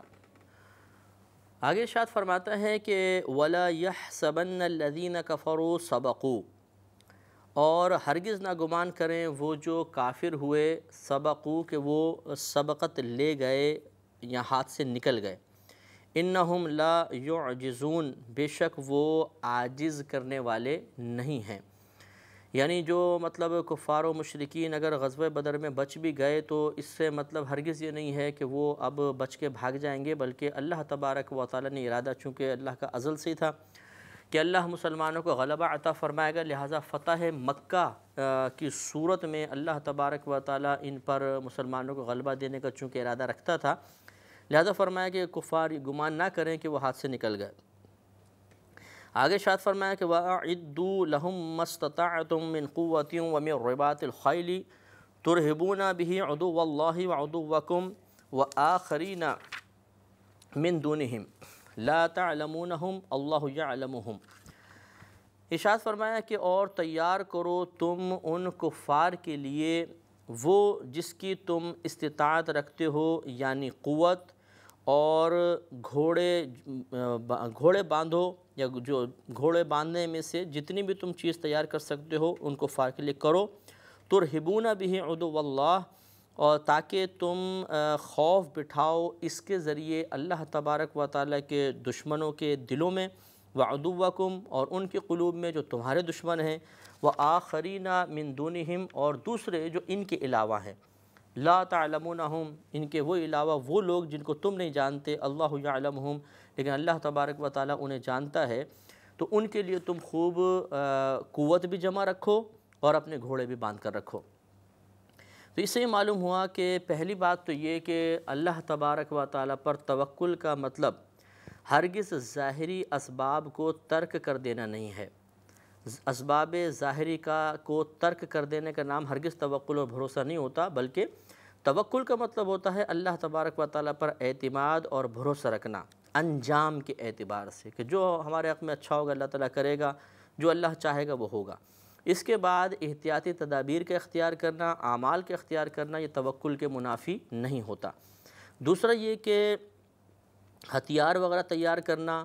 اپنی دفاعی قوت کو مضبوط کرنا، اس میں شرعاً کوئی حرج نہیں ہوتا، جیسے کہ اللہ تبارک و تعالیٰ نے خود دشمنوں کے لیے ہمیں حکم دے دیا کہ جتنی تم سے استطاعت ہو سکے اپنی قوت کو جمع کرو۔ قوت سے مراد یہاں پہ تمام اسلحہ بھی آ جائے گا، بمبس وغیرہ بھی آ جائیں گے، جتنی ایسی چیزیں جو دفاع میں کام آ سکتی ہوں انہیں دفاع کی نیت سے تیار کرنے میں شرعاً کوئی حرج نہیں ہے۔ اور اس کی وجہ کیا ہوگی؟ اللہ نے خود وجہ بیان فرمائی تاکہ اس کے ذریعے تمہارے اور اللہ تعالیٰ کے دشمنوں پہ ایک رعب طاری ہو جائے۔ تو یہ ہوتا ہے کہ جب آدمی اپنا دفاع مضبوط کرتا ہے تو بہت سے ایسے دشمن جن کی دشمنی واضح ہے، اور بہت سے ایسے دشمن جنہیں ہم نہیں جانتے لیکن اللہ ان کو جانتا ہے، ان کے قلوب میں ایک رعب پیدا ہو جاتا ہے اور وہ کوئی انتہائی قدم اٹھانے سے رک جاتے ہیں۔ لہٰذا ظاہری اسباب کا جمع کرنا اور اس کے ذریعے اپنی حفاظت کرنا، اپنا دفاع کرنا، اس میں شرعاً کوئی حرج نہیں ہے۔ اسی کو ہم بنیاد بنا کر اس کا بھی جواز نکال سکتے ہیں کہ جو جیسے لوگ اپنے لیے گارڈز وغیرہ رکھتے ہیں، خصوصاً دینی شخصیات جو ہوتی ہیں، معظم دینی شخصیات، یہ جب کوئی گارڈز وغیرہ رکھتے ہیں تو لوگ کہتے ہیں کہ جی دیکھو ان کو اللہ پہ بھروسہ نہیں ہے، یہ موت سے کتنا ڈرتے ہیں کہ اپنے آگے پیچھے 4 5 6 گارڈ ان کے ساتھ ہوتے ہیں، ویسے بھی تو موت آ سکتی ہے وغیرہ وغیرہ، ٹھیک ہے۔ لیکن چونکہ اللہ تبارک و تعالیٰ خود قرآن عظیم میں اس کی اجازت مرحمت فرما رہا ہے کہ اپنے دفاع کے لیے احتیاطی تدابیر اختیار کرنے میں کوئی حرج نہیں ہے، لہذا اس قسم کے کسی شخص پر طعن کرنا یہ درست نہیں ہوگا، بلکہ اللہ تعالیٰ کی حکمت پہ دراصل طعن کرنا ہو جائے گا۔ لہذا اگر کوئی اپنی حفاظتی اقدامات کے لیے اس طرح رکھنا چاہے تو اس میں کوئی حرج نہیں، اور اگر کوئی مطلب نہ رکھے تو یہ واجب بھی نہیں ہے کہ وہ گارڈز وغیرہ رکھے۔ اگر کوئی اس یقین کے ساتھ نہیں رکھتا ہے کہ موت تو آنی ہے، اور جب موت آتی ہے تو گارڈز بھی ساتھ ہی بیچارے زمین پہ لیٹے نظر آتے ہیں، تو پھر کیا فائدہ ان گارڈز کو رکھنے کا۔ اور اسی طرح جب گارڈز رکھے جاتے ہیں تو زیادہ آدمی نگاہوں میں آ جاتا ہے، ویسے اللہ تعالیٰ پہ توکل کر کے گھومتا رہے تو اس میں مجھے کوئی اس میں فرق نہیں پڑتا، موت تو آنی ہے، مری جانا ہے۔ تو اس کامل یقین کے ساتھ اگر کوئی گارڈز نہ رکھے تب قابل گرفت بھی نہیں ہے۔ تو اسی طریقے سے جو مطلب خلاصہ کلام یہ ہوا کہ جو گارڈز وغیرہ رکھے یا اپنے لیے حفاظتی اقدامات کرے وہ بھی قابل طعن نہیں ہے، اور جو نہیں رکھتا وہ مطلب اس پہ بھی طعنہ زنی وغیرہ نہیں ہونی چاہیے۔ وَمَا تُنْفِقُوا مِنْ شَيْءٍ فِي سَبِيلِ اللَّهِ، اور تم کسی بھی شے میں سے اللہ تعالیٰ کی راہ میں جو کچھ بھی خرچ کرو، يُوَفَّى إِلَيْكُمْ، تو پورا دیا جائے گا تمہیں، وَأَنْتُمْ لَا تُظْلَمُونَ، اور تم بالکل خسارے میں مبتلا نہیں کیے جاؤ گے۔ اس سے معلوم ہوا کہ یہ نص صریح ہے اس بات پر کہ جو شخص اللہ تعالیٰ کی راہ میں خرچ کرے گا اللہ تعالیٰ اسے ضرور بدلہ عطا فرمائے گا، ورنہ اللہ کا وعدہ غلط ہوگا معاذ اللہ، اور یہ ہو نہیں سکتا۔ تو ضرور جو اللہ کی راہ میں خرچ کرے گا اللہ تعالیٰ اسے عطا فرمائے گا۔ ایک اور مقام پہ اللہ نے ارشاد فرمایا کہ ان تنصروا اللہ ینصرکم، اگر تم اللہ تبارک و تعالیٰ کے دین کی مدد کرو گے تو اللہ تبارک و تعالیٰ تمہاری امداد فرمائے گا۔ یہ بھی ایک وعدہ خداوندی ہے کہ اگر تم دین کی راہ میں خرچ کرو گے، اللہ کی راہ میں خرچ کرو گے، اللہ تعالیٰ اس کا بدلہ ضرور دے گا، اور پورا بدلہ دیا جائے گا۔ لہٰذا ہمیں کوشش کرنی چاہیے کہ اللہ کی راہ میں خرچ کرتے ہوئے دل میں تنگی بالکل محسوس نہ کریں۔ بعض اوقات ہم بخل میں مبتلا ہو جاتے ہیں، کثیر بینک بیلنس ہوتا ہے لیکن تھوڑا سا پیسہ اپنی ذات سے جدا کرنے میں، حالانکہ مقام بھی بالکل صحیح ہوتا ہے، ہم دل میں تنگی محسوس کرتے ہیں اور گھبراتے ہیں کہ نہیں اس جگہ پیسہ خرچ نہیں کریں گے۔ یہ غلط طریقہ ہوتا ہے۔ اس کو یوں سمجھ لیجئے، اس وعدے خداوندی کو بنیاد بناتے ہوئے کہ جیسے ایک سخی آدمی، بہت ہی سخی ہے، وہ آپ کو 1 لاکھ روپے دے اور پھر یوں کہے کہ اگر اس میں سے آپ مجھے 25,000 واپس کر دیں تو میں آپ کو 10 لاکھ اور دیتا ہوں۔ تو اب بتائیے کہ کیا یہ سوچنے کی کوئی بات ہے؟ 1 لاکھ تو اسی نے دیا ہے، اسی میں سے وہ 25,000 واپس مانگ کے پھر ہمیں مزید 10 لاکھ دے رہا ہے، تو کیوں نہ لیں؟ اب اگر کوئی کہے کہ نہیں جی میں تو 25,000 نہیں دیتا ہوں، میرا دل تنگ ہو رہا ہے، تو یقیناً آپ اسے بہت بڑا بے وقوف قرار دیں گے۔ تو یہاں پر بھی معاملہ ایسا ہی ہے، جو ہمارے پاس اس وقت موجود ہے کیا اللہ کا دیا ہوا نہیں ہے؟ اگر کوئی انکار کرے گا کافر ہو جائے گا، یقیناً اللہ کا دیا ہوا ہے۔ اب وہ یہ فرما رہا ہے کہ اسی میں سے کچھ ہمارے راہ میں خرچ کرو تو ہم اس کا بدلہ تمہیں عطا فرمائیں گے۔ تو اس وعدہ خداوندی پر اعتماد کرتے ہوئے ہم کیوں نہ خرچ کریں؟ لہٰذا عموماً دیکھا ہے کہ بعض اوقات دنیا دار زیادہ خرچ کر رہا ہوتا ہے اور دین دار خرچ کرتے ہوئے گھبراتا ہے، اس کا توکل کمزور ہوتا ہے بعض اوقات۔ اور بعض اوقات ایسا ہوتا ہے کہ ایک شخص کے پاس کروڑوں روپے ہیں، اربوں روپے ہیں، لیکن وہ پیسہ خرچ کرتے ہوئے گھبراتا ہے، اور ایک غریب آدمی فراخ دلی کے ساتھ خرچ کر رہا ہوتا ہے۔ یہ اللہ کی ایک تو عطا ہوتی ہے، کرم نوازی ہوتی ہے کہ جسے مال کی محبت اور بخل سے محفوظ فرما دے۔ یہ اچھی چیزیں نہیں ہوتی ہیں۔ اللہ تعالیٰ کو یہ چیز محبوب ہے کہ اس کی راہ میں خوب خرچ کیا جائے۔ تو آپ بھی حد اعتدال میں رہتے ہوئے حکمت کے ساتھ ضرور اللہ کی راہ میں خرچ کریں، اس یقین کے ساتھ کہ اللہ تعالیٰ اس کا بہترین بدلہ دنیا اور آخرت میں ضرور عطا فرمائے گا۔ آگے ارشاد فرمایا کہ وَإِن جَنَحُوا لِلسَّلْمِ، اور اگر وہ کفار صلح کی طرف جھکیں، فَجْنَحْ لَهَا، تو تم بھی ان کے لیے اس صلح کے لیے جھکو، ان کے لیے جھک جاؤ۔ وَتَوَكَّلْ عَلَى اللَّهِ، اور اللہ تعالیٰ پر بھروسہ رکھو، إِنَّهُ هُوَ السَّمِيعُ الْعَلِيمُ، بے شک وہ سننے والا جاننے والا ہے۔ اس سے یہ معلوم ہوا کہ اللہ تبارک و تعالیٰ نے معاذ اللہ نہ اس کے نبی کریم صلی اللہ علیہ وسلم نے شدت، سختی، بیجا شدت، بیجا سختی اس کا حکم نہیں دیا، بلکہ اللہ تعالیٰ تو امن کی ہمیں دعوت دے رہا ہے، پیس کی دعوت دے رہا ہے کہ اگر کوئی آپ سے صلح کرنا چاہتا ہے تو پھر ایسا نہیں کہ آپ اس پہ شدت کریں، آپ بھی اس کے ساتھ صلح کریں، آپ بھی نرمی کا مظاہرہ کریں۔ ہاں کوئی آپ پر شدت کرے تو دفاع کرنا پھر آپ کا حق ہوگا، لیکن اگر کوئی صلح کا پیغام لے کر آتا ہے تو مذہب اسلام ملانے کے لیے آیا ہے، جدا کرنے کے لیے نہیں، لہٰذا پھر ہمیں بھی اس کی طرف مائل ہونا چاہیے اور اس سے صلح کرنی چاہیے۔ وَإِن يُرِيدُوا أَن يَخْدَعُوكَ، اور اگر وہ ارادہ کریں کہ آپ کو دھوکہ دیں، فَإِنَّ حَسْبَكَ اللَّهُ، تو بے شک اللہ تعالیٰ آپ کو کافی ہے۔ یعنی جس سے بھی آپ صلح کریں، اگر آپ یہ گمان کرتے ہیں کہ یہ آپ کو دھوکہ دیں گے تو بالکل گھبرانے کی کوئی ضرورت نہیں ہے، کیونکہ اللہ تبارک و تعالی آپ کے لیے کافی ہے۔ اللہ تعالیٰ ان کو ملاحظہ فرما رہا ہے، ان کی اس دغا بازی کا سزا خود انہیں عطا فرمائے گا۔ هُوَ الَّذِي أَيَّدَكَ بِنَصْرِهِ وَبِالْمُؤْمِنِينَ، اور وہی ہے جس نے تمہاری تائید کی اپنی مدد کے ساتھ اور مسلمانوں کے ساتھ آپ کی مدد کی، گویا کہ مسلمانوں کو آپ کی مدد کے لیے مقرر کیا اور اپنی خصوصی مدد آپ کے حوالے کی، جس کی برکت سے آپ نے کفار پہ غلبہ حاصل کیا۔ آگے ارشاد فرمایا وَأَلَّفَ بَيْنَ قُلُوبِهِمْ، اور اللہ تبارک و تعالیٰ نے ان کے دلوں کو ملا دیا، ان میں میلان پیدا کر دیا، ان میں تالیف پیدا کی۔ یہ اصل میں اوس اور خزرج دو قبیلے تھے مدینہ منورہ کے مشرکین کے تھے، جس میں آپس میں 100 سال سے عداوت تھی،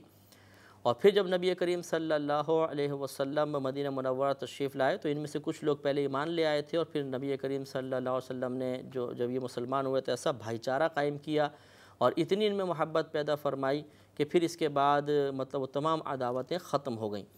تو اللہ یہ چونکہ فاعل حقیقی اللہ تبارک و تعالی ہے تو اللہ نے اپنی طرف نسبت فرمائی وَأَلَّفَ بَيْنَ قُلُوبِهِمْ، اور اللہ تعالیٰ نے ان کے دلوں کے درمیان محبت اور الفت پیدا فرمائی۔ لَوْ أَنفَقْتَ مَا فِي الْأَرْضِ جَمِيعًا مَا أَلَّفْتَ بَيْنَ قُلُوبِهِمْ، اور اگر آپ جو کچھ زمین میں ہے تمام کا تمام بھی خرچ کر دیتے تب بھی ان کی قلوب کے درمیان الفت پیدا نہ کر سکتے تھے۔ وَلَكِنَّ اللَّهَ أَلَّفَ بَيْنَهُمْ، اور لیکن اللہ تبارک و تعالیٰ نے ان کے قلوب کے درمیان الفت اور محبت پیدا فرما دی۔ إِنَّهُ عَزِيزٌ حَكِيمٌ، بے شک وہ غالب حکمت والا ہے۔ معلوم یہ ہوا کہ ان کی عداوت اتنی شدید تھی جو 100 سال سے چلتی آ رہی تھی کہ اگر پوری زمین بھی ان کو حوالے کر دی جاتی، ان کو لالچ دیا جاتا تو شاید یہ کبھی ختم نہ ہوتی، لیکن جب اللہ تعالیٰ کسی چیز کا ارادہ فرما لیتا ہے تو وہ کام ضرور ہو جاتا ہے۔ اس سے معلوم ہوا کہ اگر کوئی رشتہ دار ہے، دوست ہے، ہم سے روٹھ جائے، ناراض ہو جائے، بغض و کینہ میں مبتلا ہو جائے تو اس کی طرف سے کبھی بھی مایوس نہ ہو کہ نہیں جی اب تو کبھی دل مل ہی نہیں سکتے ہیں، اب تو کبھی قریب آ ہی نہیں سکتے ہیں۔ اللہ تعالیٰ کے دست قدرت میں اس سے طلب کریں، اس سے مدد مانگیں، اس کی خدمت میں عرض کریں تو اللہ تعالیٰ ان تمام چیزوں پر ضرور قادر ہے۔ اللہ تعالیٰ سے دعا ہے کہ رب کریم ہم سب کو ان تمام باتوں کو سمجھنے کی توفیق عطا فرمائے۔ كتاب أنزلناه إليك مبارك ليدبروا آياته وليتذكر أولو الألباب۔ الحمدللہ رب العالمین والصلاة والسلام علی سید الانبیاء والمرسلین، اما بعد فاعوذ باللہ من الشیطان الرجیم، بسم اللہ الرحمن الرحیم۔ سورہ انفال کی آیت 63 نمبر آیت تک ہماری تفسیر مکمل ہو چکی ہے، اور اس آخری آیت میں اللہ تبارک و تعالی نے قلوب کے ملانے کے بارے میں اپنے احسان کا تذکرہ فرمایا تھا۔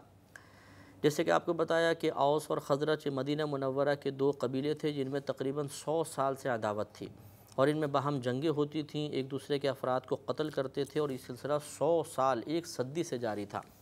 یقینی سی بات ہے کہ دشمنی جتنی پرانی ہوتی ہے غم اتنے ہی زیادہ ہوتے ہیں، کینہ اتنے زیادہ ہوتا ہے، بغض اتنا ہی زیادہ ہوتا ہے، ایک دوسرے کے افراد کو قتل کرنے کی وجہ سے انتقامی جذبات بھی بڑھتے رہتے ہیں، اور ایسے قلوب کو ملانا بہت مشکل ہوتا ہے۔ لیکن اللہ تبارک و تعالیٰ نے یہاں پر اپنی اسی عظمت اور قدرت کی طرف اشارہ فرمایا کہ اللہ تعالیٰ کے لیے کوئی بھی کام مشکل نہیں ہے، وہ جب چاہتا ہے جس طرح کا ارادہ فرماتا ہے ویسا کام ضرور ظہور پذیر ہو جاتا ہے۔ لہٰذا اللہ تعالیٰ نے فرمایا کہ اگر آپ پوری دنیا کا مال بھی خرچ کر دیتے تب بھی ان کے قلوب کو ملانا ممکن نہیں تھا، لیکن اللہ تبارک و تعالیٰ نے ان کے درمیان محبت، الفت، اتحاد و اتفاق پیدا فرما دیا۔ اس سے معلوم ہوا، اور یقینی سی بات ہے کہ اللہ نے براہ راست تو ایسا نہیں ہوا کہ ان کے قلوب کو ملایا ہو، بلکہ اس کے لیے اسباب مہیا فرمائے، یعنی نبی کریم صلی اللہ علیہ وسلم کی ذات کریمہ کو وہاں بھیجا،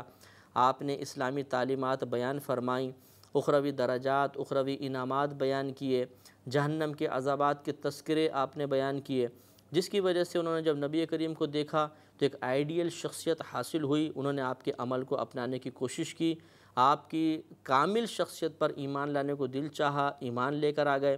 جہنم کے عذابات سنے تو خوف پیدا ہوا، جنت کے تذکرے سنے تو رغبت پیدا ہو گئی، اور اسلامی تعلیمات کو دیکھا تو یہ انتہائی کامل اور جامع تھیں، اور یہ ملانے کے لیے لائی گئی تھیں، محبت، الفت، اتحاد و اتفاق پیدا کرنے کے لیے لائی گئی تھیں، لہٰذا ان تعلیمات سے متاثر ہو کر ان کے اعمال میں تبدیلی آئی،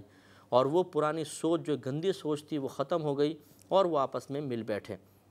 تو معلوم یہ ہوا کہ اسلام ایک نفیس مذہب ہے۔ اگر ہم چاہتے ہیں کہ عالم اسلام میں امن پیدا ہو جائے تو اس کے لیے ہمیں اس مذہب کو رائج کرنا چاہیے، یعنی اس کی تعلیمات کو رائج کرنا چاہیے، ان کی تعلیمات کا مطالعہ کرنا چاہیے، پھر ان کو نافذ کر دیں تو پوری دنیا میں امن قائم ہو سکتا ہے، جیسے کہ اللہ تبارک و تعالی نے 100 سال کی دشمنی کو محبت اور الفت میں تبدیل فرما دیا تھا۔ آگے ارشاد فرمایا کہ یا ایھا النبی، اے نبی، حسبک اللہ ومن اتبعک من المؤمنین، آپ کے لیے اللہ تبارک و تعالی اور مومنین میں سے وہ لوگ کافی ہیں جنہوں نے آپ کی پیروی کی۔ اس سے اب دیکھیں یہاں پہ پھر ایک آیت سے بہترین چیز ثابت ہوئی، یہ نبی کریم صلی اللہ علیہ وسلم کے قلب کی تسلی کے لیے اللہ نے کلام بیان فرمایا کہ آپ بالکل کسی قسم کی کفار کی سازش یا منافقین کے رویوں کی وجہ سے ڈس ہارٹ نہ ہوں، بلکہ اللہ تبارک و تعالی آپ کے ساتھ ہے، اور جو آپ کی پیروی کرنے والے مومنین ہیں وہ بھی آپ کے ساتھ ہیں۔ اس سے معلوم ہوا کہ کسی کا ذکر اللہ تعالیٰ کے ساتھ کر دینے سے شرک کا کوئی معنی پیدا نہیں ہوتا۔ اللہ تعالیٰ نبی کے لیے کافی ہے، مومنین بھی نبی کے لیے کافی ہیں، تو اس میں شرکت کو کوئی پہلو نہیں ہے، کیونکہ اللہ تبارک و تعالیٰ کی مدد جو ہے وہ بغیر کسی کی عطا کے ہے، ذاتی اللہ تعالیٰ طور پہ اللہ تعالیٰ امداد فرماتا ہے، اور اگر مومنین وغیرہ نبی کریم صلی اللہ علیہ وسلم کا ساتھ دے رہے ہیں یا مدد کی سعادت حاصل کر رہے ہیں تو فقط بعطائے الہی ہے۔ تو یہ تصور رکھ کر کہ اللہ تعالیٰ جب کچھ عطا فرماتا ہے، کچھ دیتا ہے تو وہ فاعل حقیقی ہوتا ہے، غیر محتاج ہوتا ہے، اس کی ہر نعمت ذاتی ہے، کسی کی عطا کردہ نہیں ہے، اور مخلوق کی طرف جب ہم دیکھتے ہیں تو وہ اللہ تعالیٰ کی عطا کردہ نعمت کو دے سکتے ہیں، اللہ کی عطا کردہ صلاحیت کی وجہ سے، اس کی عطا کردہ قابلیت کی وجہ سے کچھ ہماری مدد کر سکتے ہیں۔ اس طریقے سے وہ حقیقتاً فاعل حقیقی نہیں ہے، فاعل حقیقی اللہ تعالیٰ ہے، یہ سبب و ذرائع ہیں، تو پھر ان کا ایک ساتھ تذکرہ کر دینے میں کوئی حرج نہیں ہوتا۔ صحابہ کرام علیہم الرضوان بھی جب اکثر یہ احادیث کا جنہوں نے مطالعہ کیا وہ جانتے ہیں کہ نبی کریم صلی اللہ علیہ وسلم بسا اوقات صحابہ کرام سے کوئی بات دریافت فرماتے تھے، تو صحابہ کرام کا جواب یہ ہوتا تھا کہ اللہ و رسولہ اعلم، اللہ تبارک و تعالیٰ اور اس کے رسول زیادہ جانتے ہیں۔ اہل لغت یہ بات جانتے ہیں جو لغت سے شغف رکھتے ہیں کہ اعلم اس میں تفضیل کا صیغہ ہے، اور اس میں تفضیل وہ اسم ہوتا ہے جو اس ذات پر دلالت کرتا ہے جس ذات میں کوئی وصف اور خوبی دوسروں کے مقابلے میں زیادہ پائی جائے۔ ایک ہوتا ہے عالم، عالم، ایک ہوتا ہے اعلم۔ عالم کہتے ہیں جاننے والے کو، اعلم کہتے ہیں اس کے دوسروں کے مقابلے میں زیادہ جاننے والے کو۔ تو زیادہ جاننے والے وصف میں صحابہ کرام ذکر کے طور پر اللہ تعالیٰ اور اس کے رسول کے ایک ساتھ تذکرہ فرماتے تھے، اللہ و رسولہ اعلم، اللہ اور اس کے رسول خوب جانتے ہیں، زیادہ جانتے ہیں۔ تو اس کا مطلب یہ ہوا کہ اس طرح ساتھ ذکر کر دینا معاذ اللہ کوئی شرک کا پہلو اس میں نہیں ہوتا جب کہ قصد شرک نہ ہو۔ لہٰذا اگر کوئی ذکر کرتا ہے اللہ تعالیٰ اس کے نبی کریم صلی اللہ علیہ وسلم کا، جیسے یوں کہیں کہ اللہ تعالیٰ اور اس کے رسول نے کرم فرمایا، اللہ تعالیٰ اور اس کے رسول نے فضل کیا، تو یہ کوئی کفر و شرک نہیں ہوگا، کیونکہ یہ بالکل اسی آیت کے مطابق ہے، بالکل صحابہ کرام کے اس قول کے مطابق ہے، اللہ تعالیٰ اس کے رسول زیادہ جانتے ہیں، کیونکہ فضل و کرم جو ہے اس کی نوعیتیں مختلف ہوتی ہیں۔ اللہ کا فضل کچھ اور ہوتا ہے، نبی کا فضل کچھ اور ہوتا ہے۔ اللہ تعالیٰ کا فضل اس کا ذاتی ہے۔ نبی کا اگر فضل کچھ وہ کرم کریں گے، شفقت فرمائیں گے تو یہ عطائی ہوگا۔ اللہ تعالیٰ کے غیر فانی نبی کے فضل پر فنا ممکن ہے، اگرچہ وہ فنا نہیں ہوگا، فنا ممکن ہے، اور اللہ تعالیٰ کے فضل پہ تو فنا ممکن بھی نہیں ہے۔ ایک چیز ممکن ہوتی ہے لیکن اس کا وقوع پذیر ہونا ضروری نہیں ہے۔ مثال کے طور پہ جیسے ابھی ایک پتھر لے کر جیسے میں آپ کیمرے پہ مار دوں، مثال کے طور پہ ممکن تو ہے، لیکن کیسا وقوع پذیر بھی ہوگا؟ نہیں۔ تو بعض چیزیں ممکن ہوتی ہیں لیکن ان کا وقوع پذیر ہونا ضروری نہیں ہوتا۔ تو اس لیے یہ بات سمجھنا ضروری ہے کہ اللہ کے نبی کا فضل و کرم فانی ضرور ہے، ختم ہو سکتا ہے، لیکن اس پر فنا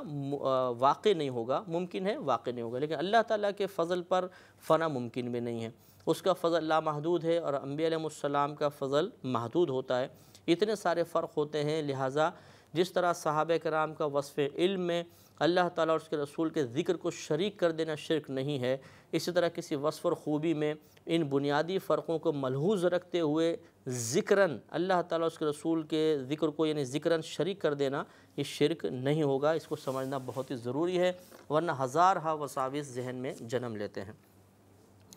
یا ایھا النبی حرض المؤمنین علی القتال، اے نبی مومنین کو جہاد پر برانگیختہ کیجئے، ان میں جذبہ ابھاریے، انہیں ترغیب دیجئے، کیونکہ وہ دور ایسا تھا کہ اس میں کفار سے جنگیں بہت ضروری تھیں، اور وہ مطلب اسلام کی ترقی کا دور تھا۔ لہٰذا اللہ تبارک و تعالیٰ نے نبی کریم صلی اللہ علیہ وسلم کو صحابہ کرام کو جہاد کی طرف مائل کرنے اور اس کے لیے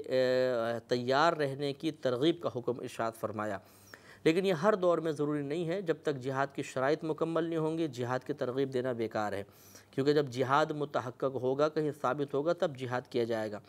لہٰذا جہاد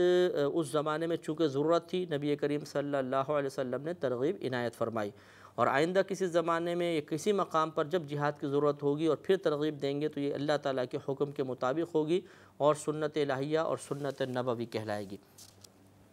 ان یکم منکم 20 صابرون یغلبوا 200، اگر تم میں سے 20 صبر کرنے والے ہوں گے، 20 بھی ہوں تو وہ 200 پر غالب ہو جائیں گے، 5 گنا زیادہ، 10 گنا زیادہ،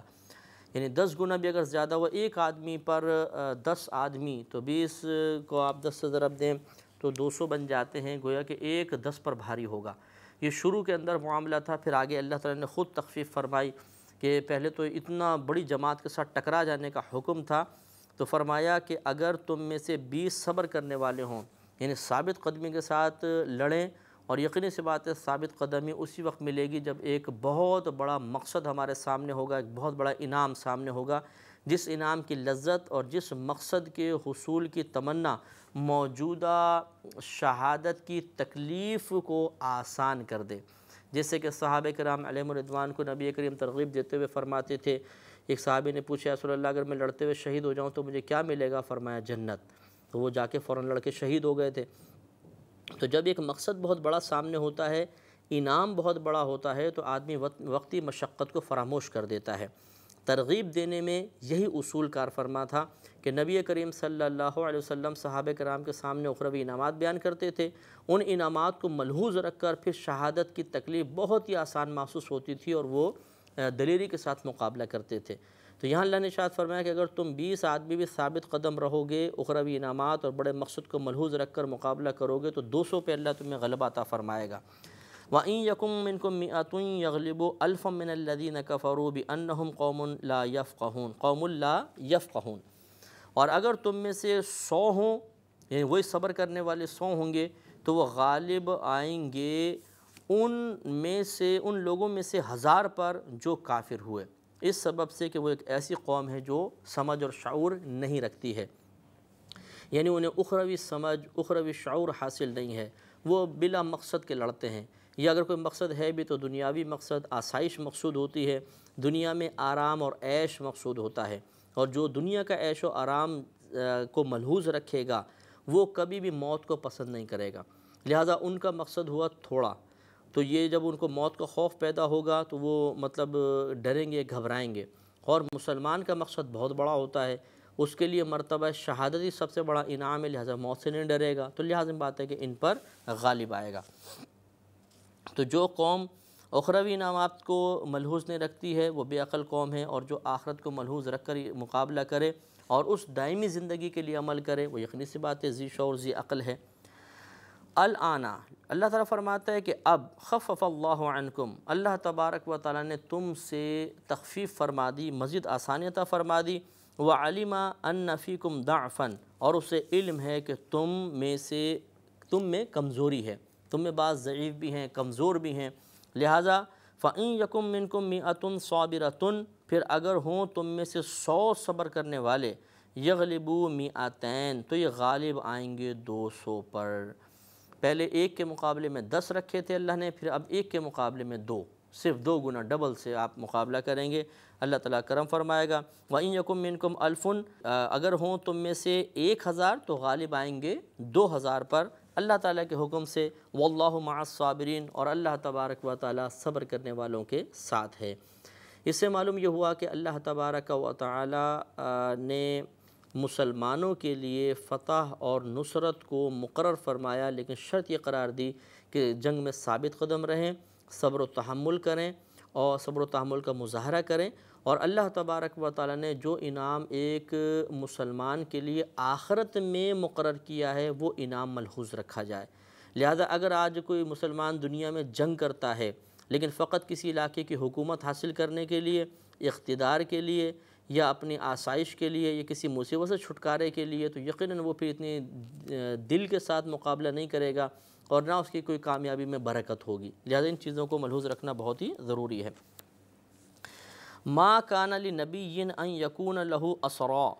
کسی نبی کے یہ شان کے لائق نہیں کہ کافروں کو زندہ قید کرے، حتی یسخن فی الارض، یہاں تک کہ زمین میں خون نہ بہائے، یہاں تک کہ جب تک زمین میں خون نہ بہائے اس کے لیے جائز نہیں کہ بغیر خون بہائے ان کو خالی باندھ لے۔ تریدون عرض الدنیا، اب یہ تریدون جمع کا صیغہ ہے، اب نبی سے خطاب نہیں، تم لوگ ارادہ کرتے ہو دنیا کے مال کا، واللہ یرید الآخرہ، اور اللہ تعالیٰ آخرت کا ارادہ فرماتا ہے، واللہ عزیز حکیم، اور اللہ تعالیٰ غالب حکمت والا ہے۔ مسئلہ یہ تھا کہ کچھ لوگ جب غزوہ بدر میں قابو میں آئے تو حضرت ابوبکر صدیق رضی اللہ تعالیٰ عنہ نے یہ مشورہ دیا کہ ان سے فدیہ لیا جائے اور ان کو چھوڑ دیا جائے، لیکن عمر فاروق رضی اللہ تعالیٰ عنہ کا فیصلہ یہ تھا کہ نہیں، ان کو قتل کر دیا جائے۔ لیکن جب رائے لی گئی اور اس پر مطلب زیادہ مشورہ آیا تو مناسب یہی لگا، بظاہر اجتہاد اسی پر ہوا کہ فدیہ لے لیا جائے اور ان کو چھوڑ دیا جائے۔ یہ ایک اجتہادی خطا تھی۔ عمر فاروق رضی اللہ تعالیٰ عنہ اس مقام پر مصیب تھے اور آپ کا مشورہ یہی تھا کہ ان کو قتل کیا جائے، بلکہ آپ نے یہ فرمایا کہ جن جن کے قریبی رشتہ دار ہیں ان کے رشتہ داروں کو ان کے حوالے کیا جائے اور وہ اپنے اس قریبی رشتہ داروں کو قتل کریں، تاکہ اخلاص ظاہر ہو، اسلام سے محبت کا عملی طور پہ ثبوت ظاہر ہو جائے۔ جب فیصلہ حضرت ابوبکر صدیق رضی اللہ تعالیٰ عنہ کے مشورے کے مطابق کیا گیا تو یہ آیت اللہ تعالیٰ نے نازل فرمائی کہ ما کان لنبی ان یکون لہ اسرا، کسی نبی کی شان کے لائق نہیں کہ کافروں کو زندہ قید کرے، حتی یسخن فی الارض، یہاں تک کہ زمین میں ان کا خوب خون نہ بہا لے۔ تریدون عرض الدنیا، تم دنیا کا، اب یہ تریدون جمع کا صیغہ کہ صحابہ کرام اگرچہ یہ دنیاوی مال فدیہ لینے کا ارادہ کیا تھا لیکن کوئی معاذ اللہ لالچ یا طمع نہیں تھی، بلکہ اس حکمت کے تحت کہ ہم چھوڑیں گے تو اس اچھے رویے کی وجہ سے ہو سکتا ہے تالیف قلوب ہو جائے یا اسلام کی طرف مائل ہوں، ہمارے اس اچھے رویے کی وجہ سے جب یہ جا کے دوسروں کو اطلاع دیں ان کے دل اسلام کی طرف مائل ہو جائیں، اسلام کے خلاف جو بغض اور کینہ اس میں کمی آ جائے، تو اچھے مقاصد تھے، لیکن بہرحال اللہ تبارک و تعالیٰ کا مشیت اور ارادہ یہی تھا کہ ان کو قتل کیا جائے۔ تو تریدون عرض الدنیا، تم ارادہ کرتے ہو دنیا کے مال کا، واللہ یرید الآخرہ، حالانکہ اللہ تبارک و تعالیٰ آخرت کا ارادہ فرماتا ہے، واللہ عزیز حکیم، اور اللہ تعالیٰ غالب حکمت والا ہے۔ لولا کتاب من اللہ سبقا، اور اگر اللہ تبارک و تعالیٰ کی طرف سے پہلے ایک بات نہ لکھی جاتی، نہ لکھی گئی ہوتی، لمسکم فیما اخذتم عذاب عظیم، تو اے مسلمانوں ضرور تم نے جو کافروں سے بدلے کا فدیے کے طور پہ مال لے لیا، اس سلسلے میں تم پر عظیم عذاب نازل ہوتا، تو لمسکم ضرور پہنچتا تمہیں، فیما اخذتم اس چیز کے بارے میں جو تم نے اخذ کر لیا، کیا پہنچتا؟ عذاب عظیم، بڑا عذاب۔ تو گویا کہ اللہ تبارک و تعالیٰ نے پہلے ان کے لیے مشیت الہی یہ تھی کہ غزوہ بدر والوں سے جتنے صحابہ ہیں ان سے کسی کی گرفت نہیں ہوگی، ان کے یا یہ مراد ہے کہ پہلے اجتہادی